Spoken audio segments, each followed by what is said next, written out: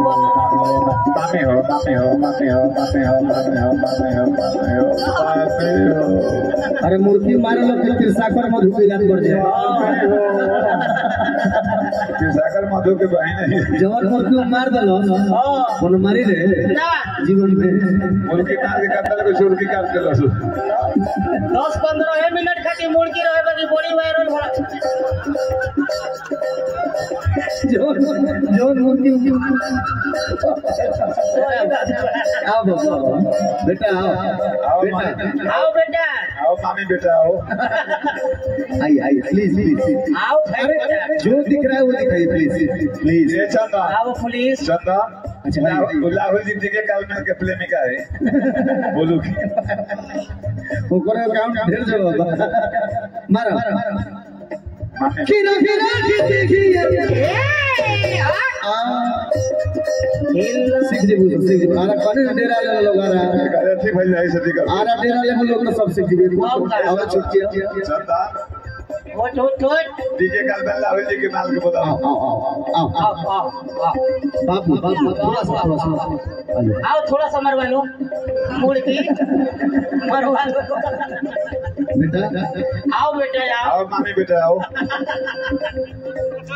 बेटा तनी मार के दिखाओ। अरे मत कहां तुम किस धरती पे काम कर रही हो पता है जहाँ से भोजपुरी शुरू और जहाँ अंत होता है एक हरे मारवा दो धरती शुद्ध हो जाएगा। भगवान हम तो भगवान से मनावत नहीं कि तो लोग निमन कुंडली बा कि ब्याह से जुटल ए चंदा न तकती धई रहे सब झूला राशि है सब बीचा में आ जाओ बीचा में है ना तू सबसे मत आओ हेकला के बनाओ हेकला के राहुल जी के राहुल लोग बाबू ट्राई कर देखो मारे तू मार बेटा मार उधर देखो ना बाबू छोट बड़े बड़ा निमन छतेंद्र के पत्तो के मां कि जब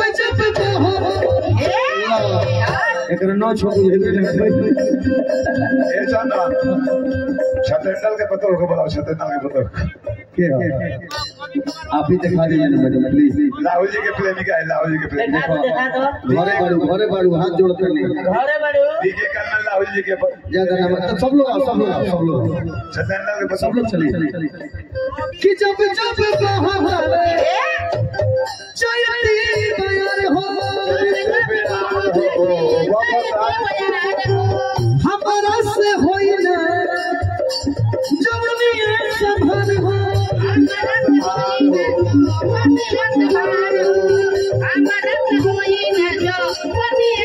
एने बोलाई गौली हो का गौला हो अपने से लिख